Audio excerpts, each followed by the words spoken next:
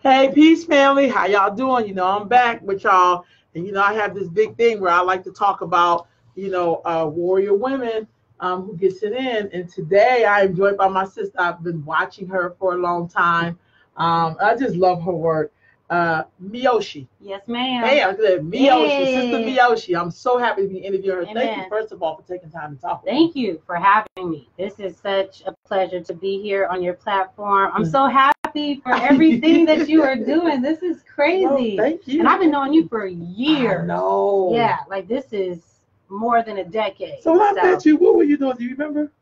I was, at that time, I had my youth organization, Mind Focus Incorporated, and we were doing a few different dance workshops. And that's when we got connected because we utilized the Our World Cultural Center to do events here. So you were very much a part of the beginning aspects of my organization. So I appreciate that. No, I appreciate you. Yes, ma'am. So what I want to do, I want to hear from you about your journey. Okay. Where you started, the whole nine. Because I think sometimes in our community, we never really get a chance to hear from real Black women, how we develop, how we live, how we build family, the whole nine. Where did you grow up at? So I was born and raised in Fairfield, California. Shout out to all my 707 people. Fairfield, California, born and raised there. When I was about 12 is when our family moved from Fairfield to Sacramento. So I feel like Sacramento is, the place that kind of really birthed who I was intended and destined to be. Right on. So by the time that we got here with regular teenage life and situations, things could be a bit troubling. And actually at the age of 12, I did try to attempt suicide twice by an overdose of pills. I felt really depressed, and with the move from Fairfield to Sacramento and not really having any explanation as to why and what was going on, it wasn't until my adulthood, looking back, finding out that we had financial issues, we had financial hardships. So we had no choice but to move. But I'm just thankful that God kept me from that. It is amazing how someone at the age of 12, like, it still kind of boggles my mind to know that I tried to take my own life, not even knowing what life is really about. And being out here in SAC and being able to meet new people, to grow, I just kind of flourished ever since. So I just feel really blessed and thankful that I'm here and just doing what I can every day to be a better person. Because I still got some craziness in me, but I'm trying to be more acknowledging of what my shortcomings are so I can face it, get to the real root problem of where it stemmed from, and just try to be a better woman, a better person. That's my thing. So what pulled you through that moment when you attempted suicide twice? When you were 12. 12, what pulled you through? What was it that, at least for the second time, that made you, like, not see that as an option anymore? But usually there's things that pull you through that. Was there anything in particular? Just the love that I have for Jesus Christ, my Lord and Savior. Because at that time, when I attempted suicide, I was actually inside of a church. We were living in a church. We were homeless. So when I say we had nothing, we had nothing. We were sleeping in cars. If we were able to get some money, sleeping in motels, at other times sleeping in churches. And I really would have to say, just knowing that, okay, well, I tried and it's not working. Maybe I'm not supposed to do this. At that 12-year-old mindset was that, okay, listen, I tried twice. I took 12 pills today. Okay, you got an ambulance call. You're in the hospital. They pump your stomach up. They sent me home the very next day. That very next day, I took almost double what I took just the day before. And that's when I was in the hospital a little bit longer. I would say about a week or so. And it wasn't until when they released me, I was like, well, I tried. Maybe I'm supposed to still be alive, but what does that look like? Right on. But that's all that I had to really pull from. Yeah. Okay. So that must have been like, is that elementary school, 6th grade? That is, that's like before I went to 7th grade. Yeah. That part was. So how did that affect you being in middle school? Where'd you go? Wow. Sam Brannan Sam Middle School. All right. 7th and 8th grade. I became very socially, I wasn't the same person. I can say that. When I was in Fairfield, I was Mimi. My family knows me as Mimi. And by the time we came to Sacramento and had the situation, I am now Mioshi. I am now utilizing my government name. And it is like, it felt like a new birth. Something new was happening, but it was very much awkward with the transition of not knowing anyone, not having money, so you don't have all the new hip clothes as the other young girls are wearing, being isolated from your peer group, because it's like, who is this chick? Why is she wearing same clothes all the time? Why does she look like that? Why isn't her hair done? Why isn't she a part of the cool crowd? So I kind of kept to myself for a lot of 7th grade. And then there are a few people after a while that kind of just reached out to me just to kind of hang out and speak to me. And so I kind of felt a shift of, okay, here's a sense of normalcy that I can find at this moment. But I was still very much a lost individual. Very much lost. I'm just now really starting to find myself at age 34. To be completely honest, if I can be as transparent as possible, even when you knew me years ago, working with young people, I did not really know who I was, who I am. And it was tough. That was really hard for me. It became harder in high school, because then now you've got the hormones is kicking. You got new things that you have to deal with now. Some of the stuff that you dealt with in junior high, you don't have to deal with in high school, but now there's another set of issues once you get to high school with older people. And that part was a little bit challenging too, but I got through it the best way that I could. But people can tell when it's not right with you, when all is not well within your soul. Outside people can tell that. And I believe that I kind of had that stench of, you don't know who you are, or you've got low self-esteem and I can tell, or you've got depression. I can see it wearing on your shoulders.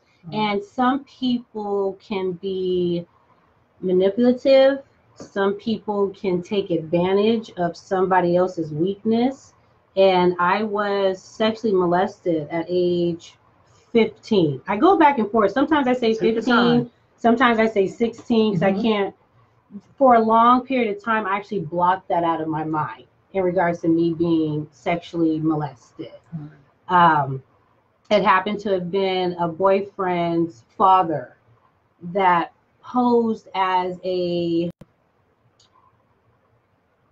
gentleman that helped disadvantaged young girls through the care of lawn services. So his MO was all the young girls that didn't have a daddy at home. He would round them up in a truck. Listen to all the parents that has, and it's not even about the girls anymore. It's the boys. Yeah. So all these single parent households, you got to watch the ones that say that they're here for your kids. Do a background check. Get 2 to 3 other people that can vouch for them. I mean, some. And he would round up all the young girls in his truck.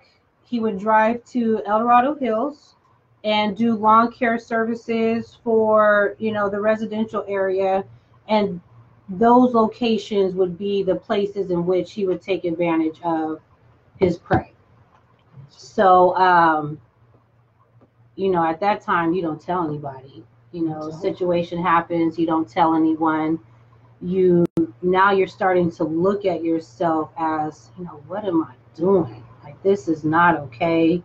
Me and my mother, we're not at the best of place in our life. We never really were. So I didn't feel comfortable being able to tell her anything. And it stuck with me. It was a piece of just gum, just gook that just stays with you. And it wasn't until later in life that it ended up kind of resurfacing. And I didn't realize that I had suppressed it so much deep down, to where it was coming out in other ways of me acting maybe not so ladylike in certain areas and certain traits. So that 15, so technically keeping it all the way funky fresh, from age 12 to 19, I was a mess. You didn't want to know me, Yoshi. I was still very nice. I still had a great, you know, smile and presence about myself. But who I was to my core was a hurt, broken young woman that acted out in ways that you can tell the enemy was using that. I was creating a lot of destruction to myself, to other people, to people in my own community, and that's not okay. So it really wasn't until age 20 where the organization came in, and it ended up really saving my life. It literally saved me, and I'm thankful for that each and every day. You know, I'm not as active in the organization the way that I used to be, but for the most part, I will never forget that. I will never forget that. So let me ask you this. First of all, thank you for being so transparent. Yeah, sure. Thank you for sharing these experiences. A lot of people have gone through those experiences, but we don't talk about it. Yeah. But it still has its way of kind of controlling how we think, how we move, how we communicate with our children, or lack thereof. Come on. What was happening with you and your mom that y'all were never that close? Was it just your teenage years? Did she have some stuff going on with her and it just came through to you? Yeah. Like, now as you look back on it and being a mother yourself. Yeah. What was happening with your mom that you know of, or between y'all? What I could say is my mother is a woman born and raised in Opelousas, Louisiana, in the 40s. Hold on. Oh, Opelousas. A Creole woman. Right. You know, her mother was African American, father was a Frenchman. And from my understanding of things is my grandparents did not have the best relationship. So now that pours into how my mother is raised. And my grandfather actually murdered my grandmother in front of my mother. Oh. Okay. So my grandfather shot my grandmother in front of my mom when my mom was 2. She still remembers certain things from that interaction, but that stuck. I mean, with anybody, you know, that stuck with her. And as a lot of young girls had to experience living in the South, having to deal with the uncles and family members and neighbors who interfere a young woman's life through sexual deviance, that changes an individual and how they see themselves and how they see other people. And I just think that she never really got healed from it. And then by the time that she met my father and then they had their relationship, which was pretty much toxic through the whole marriage, she still is harboring a lot of pain. And because I remind her so much of herself, whether it be the good things or the not so much good things, it put a wedge in between our relationship, unbeknownst to me, because it's like, well, what do I know? Right. All I can remember is by the time I'm 8 and 9, things are different. It's not the same. Now she doesn't tell me she loves me anymore. Now she's not hugging me anymore. Now when I come in and try to get some love and chat with you, it's I'm in your way. You're too busy. And it just began to grow. It just grew. So even though I was in a house full of people, I was lonely. I was very much lonely for a lot of my growing up years internally. You see all these people here, they love you when it's time to entertain them. If we have company over, hey, we love her, bring her in. Right. Or, oh, she looks just like this person, and then it becomes, yeah, it's all good. But then once people are gone, once the show is over, it's back to the same old thing. And it just became very heartbreaking. It just became very heartbreaking. But that was really the issue. And even still to this day, me being older and having my own family, I'm not able to share that with her.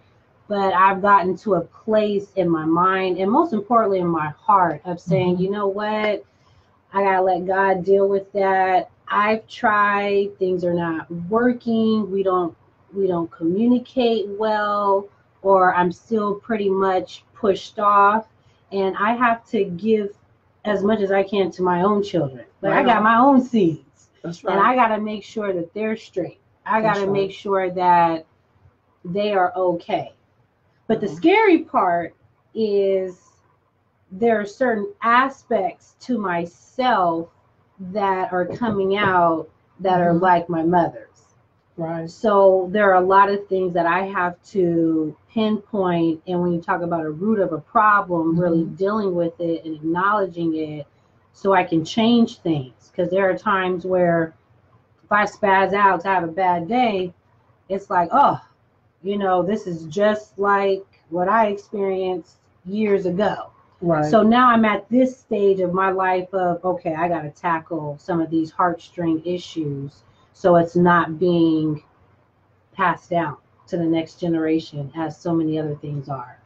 Well, I think it's important too. And if you're joining us on this live, we're talking with our dear sister, Mioshi. Yes, ma'am. I'm gonna make sure I get that name right. And she's sharing with us her story, which I think is so important, especially as we move into the time of the fall. Yeah. Because usually that's when things show up for people, because we have less light on the planet, more dark hours, and and it's wintertime. You usually start to be more. Yeah, holiday season's coming up. Yeah. People start dealing with a lot of their stuff that they think they've resolved, and it sometimes shows back up. Yeah. So thank you for talking about that. When you turn, and thank you for sharing about your mom, because I think in order for us to go forward, sometimes you do have to look at the root a little bit so you cannot carry those things on to your children. You have to. Yeah. Like, you have to look at the root. If you don't, you're only going to cure the surface, which in my perspective is the symptom. Yeah. Right now you got to get to the diagnosis. That's right. Yeah. That's right. Yeah. So when you were 20 years old, or 21, you just started to at least, you was in an organization that was really helping you. Yes. How did you meet your husband? My husband, working for the city of Sacramento, Parks and Recreation, my first real job ever. I was so happy. I was like, how old was I? 15 turning 16 around that time. And I worked at the George Sim Community Center. Oh, wow. And I was there for a few years. And my husband was my co-worker, and we developed a natural friendship and bond with the young people, and it ended up growing to what we have today. And he told me, he said, I would look at you, I would stare at you, but I wouldn't say anything. Or I always had feelings for you, but I was scared, I wouldn't say anything. And I'm glad he did. I'm glad that eventually we got to a place of being able to have our first date, and we've been together ever since. It's been 12 years. We've been together for 12 years. Yeah. Wow. I was 21 when we got together. I am now 34. Wow. Yeah. That's beautiful. Yeah. So when did y'all get married? We actually got married a year ago. Okay. So it was mainly me. I have at the time, it was a fear of commitment. Okay. So if you show me something that is not favorable to me, or if you show me something that has a potential to hurt me long term, I don't want to enter into that commitment, or if we had a situation and now I'm not too sure if I want to move forward. And that's kind of what we were dealing with for the first 11 years of being together. I was scared. I was really, I was scared. And a lot of that too was my upbringing as well. Mm-hmm. If you're not taught certain things, you'll just kind of go with the flow. And I never knew that I would have been the type of person to say, okay, well, I'll be all right with just being together. And then it wasn't until he actually gave me an ultimatum. By the time we had our second child, he said, listen, now, if you don't marry me within a few months, we're gonna have to go. So his funny way of putting it was, well, there's 3 Taylors in the house and 1 Jackson, so you're outvoted. So it's either you become a Taylor or you're gonna have to go. So that was his little funny way of saying it. But I understood where he was coming from. It's like, hey, we're all human. We both have made mistakes in this relationship. We're both scared. We both don't have the education of what true commitment for relationship building and what it takes. But you know what? Let's learn it together. Let's do this together. And we did. We did. So y'all you have 3 children. You have 3. Your daughter. What's your daughter's name? Her name is Liana. Yeah. How did you feel when you first discovered you were pregnant with her? I was excited. And I remember being on the first I felt like that was a sign. I really felt like, because at that time I was feeling kind of lost in my life still. At the time, me and Ricky were together for 8 years, or 7 at that particular time.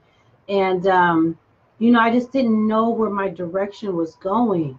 I had pulled away from my community efforts because I had a few not favorable run-ins with a few different community leaders. And what ended up happening was business, we can disagree, but it spilled over into personal. And because I'm already coming from a background of feeling neglected, unwanted, pushed away, it became not necessarily easy, but that was my default. Anytime there is a real serious issue, or if something is not right, my first instinct is to run. That whole fight or flight thing, that's real. It is very real. And the reason why I would flee is because I don't know in between. It's either I'm cool or you're gonna get the lioness. Okay. I can get there. And I didn't know how to still be able to bring up conflict in a more constructive way for it to be okay.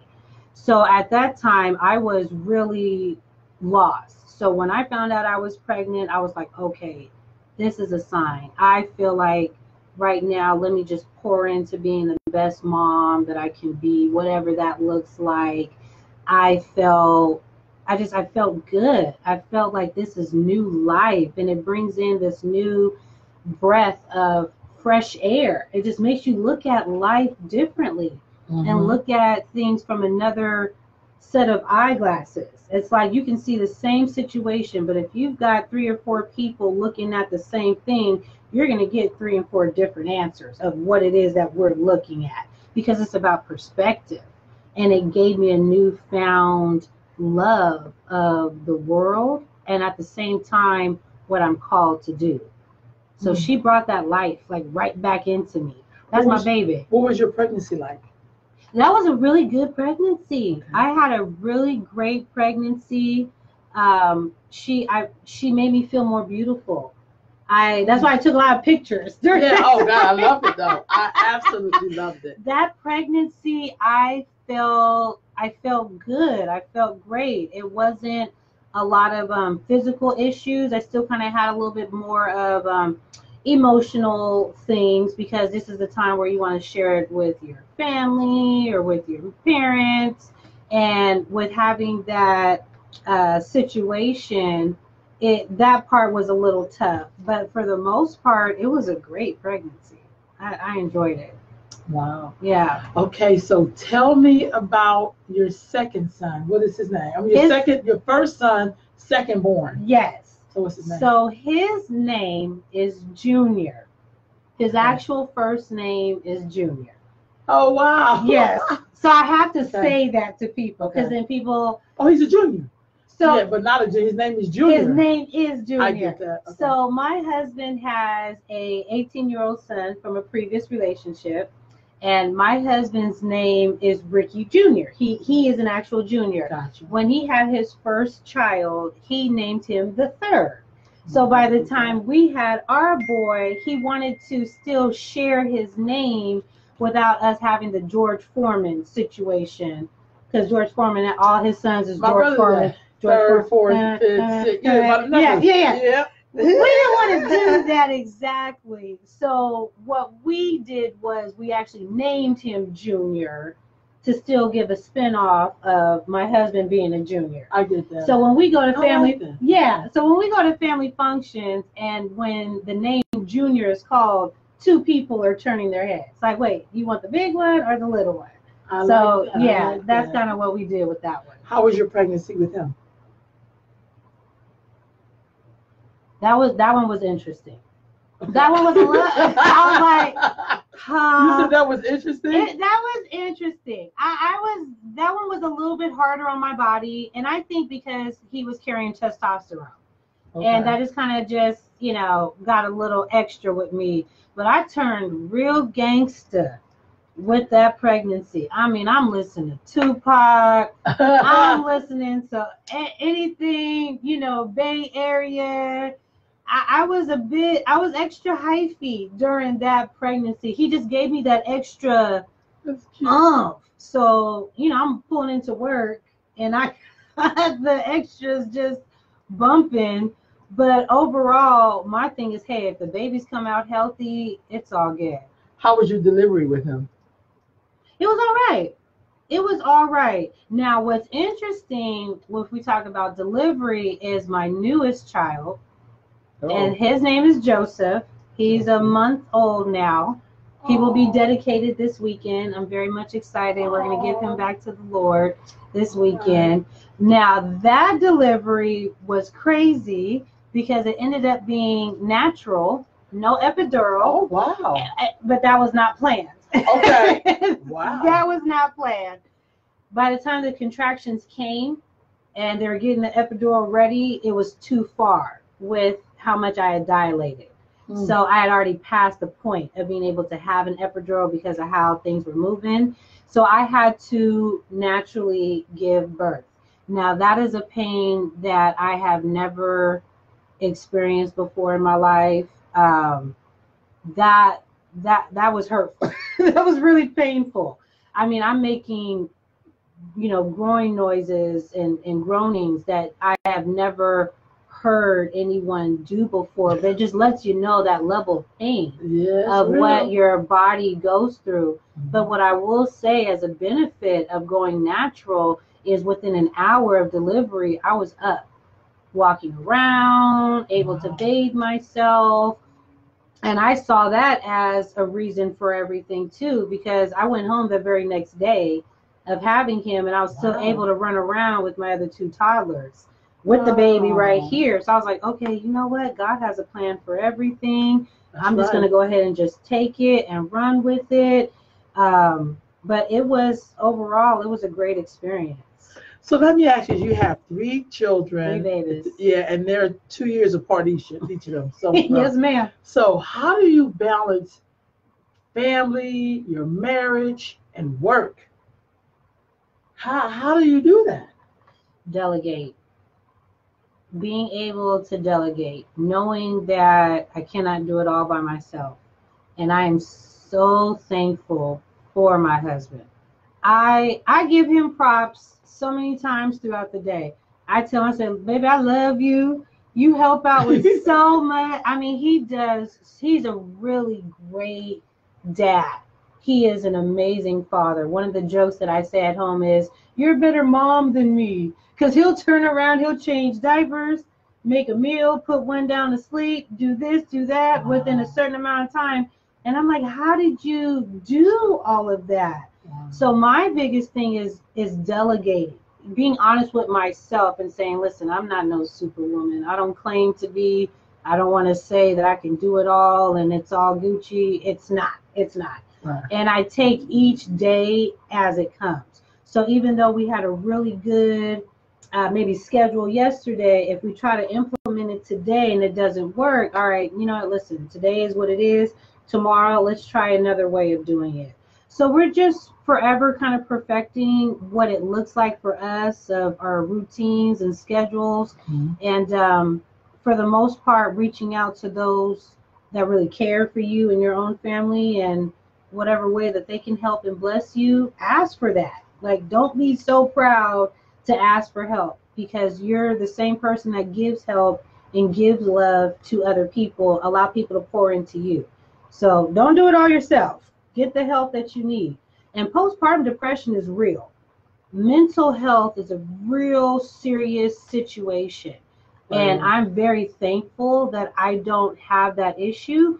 But at the very same time, I can see how that happens. I can see where the stress gets to you. And you got to learn how to say, you know what? Fuck it. This time it didn't work out okay. All right.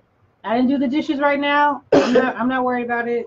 Let me move on to the next thing. So being able to kind of prioritize too of really what's important, and then whatever's not, just do it another day. Right on, right on. How does your religious faith direct your whole life? I believe that it guides me. Okay. I haven't been as active at church for a while. Where I am today in life is I enjoy fellowship. So if there's, people who have good vibes, have good hearts, I'll go and I'll fellowship with people. But for the most part, I try to just get whatever knowledge I can myself, whether it be through reading or watching teachings, things of that nature. But I feel like it's my compass inside. When my flesh tells me to go this way and a part of my soul tells me to go this way, my spirit helps me to be more in alignment. Right. I don't get it right all the time. Like, not all the time at all. But hey, that next moment, I try again. If I messed up here, hey, I really missed the ball on that. Lord, please forgive me. Help me. I want to be better. And then I just move on. And I move on to the next thing. All right. So what words of advice would you give to anyone that's thinking about starting a family? I would say, I'm not going to say get married first. I'm not going to say that. I won't say that. What I will say is have a partner that is there for you, so you're not doing it by yourself. My belief is, I don't believe that it was originally intended for us to do this by ourselves. And I believe that because when you look at other statistics such as, high school dropout rates, when you talk about teen pregnancy, or in my situation, being sexually molested or being suicidal at a young age.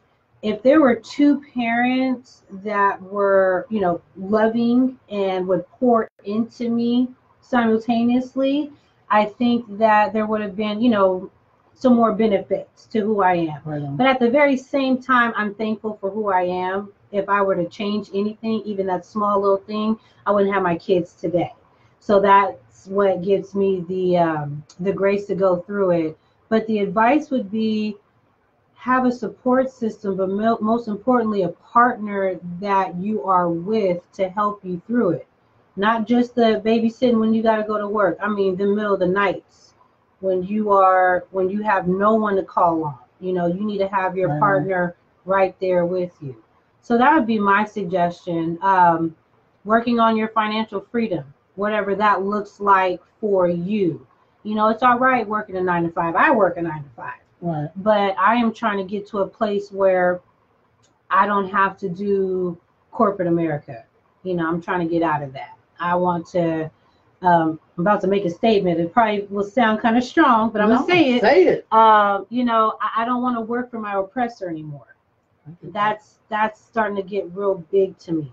Me and my husband talk a lot about Black economics, and that is really important, about doing your own business and working with other Black-owned businesses, because we've got a lot going on in this world right now.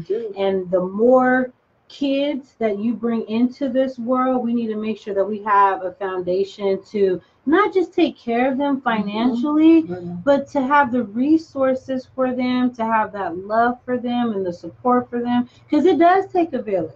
I can't do this by myself. Even me and my husband, we can't do it by ourselves. We need people like you and other people to say, hey, what event you got going on so I can bring it to my kids? Because there are some things that I don't know that you can teach. So work on the financial aspect of it, just to make sure that whatever you need, you got it. Having a support system is important. And know that there's never, ever a really good time or the right time. Go with what you feel is good for your soul.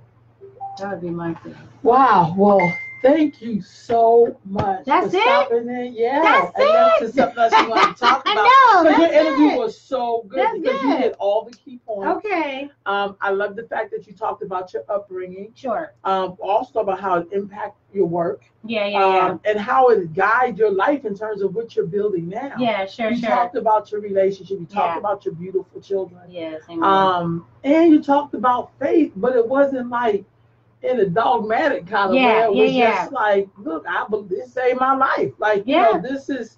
It's not about you going to church every Sunday. It's about how you walk on the planet every day and how you interact with human beings. So I know you know that. Speak it. And I like the fact that you talked about Black economics from a standpoint of like, I have children and I have to provide a world that they can live in. Yeah. You know what I mean? So you're incredible. Oh, did I miss anything? No. It just went so quick. I know. Like, we're just talking. We went over our 30, but it's all good. Did we? Oh, okay. But it's all good. It's all good. No, it's been a pleasure. Thank you for having me. You guys, check me out on my Instagram, #1 Mioshi. Follow me. My account is private. Don't worry about it. Hit the follow button. I'll accept you. But thank you so much. Thank you. I appreciate it. Give me love. Give me love. Thank you. Okay, family. I shall see you all on Sunday. Peace, family. Bye. That was good. That was great.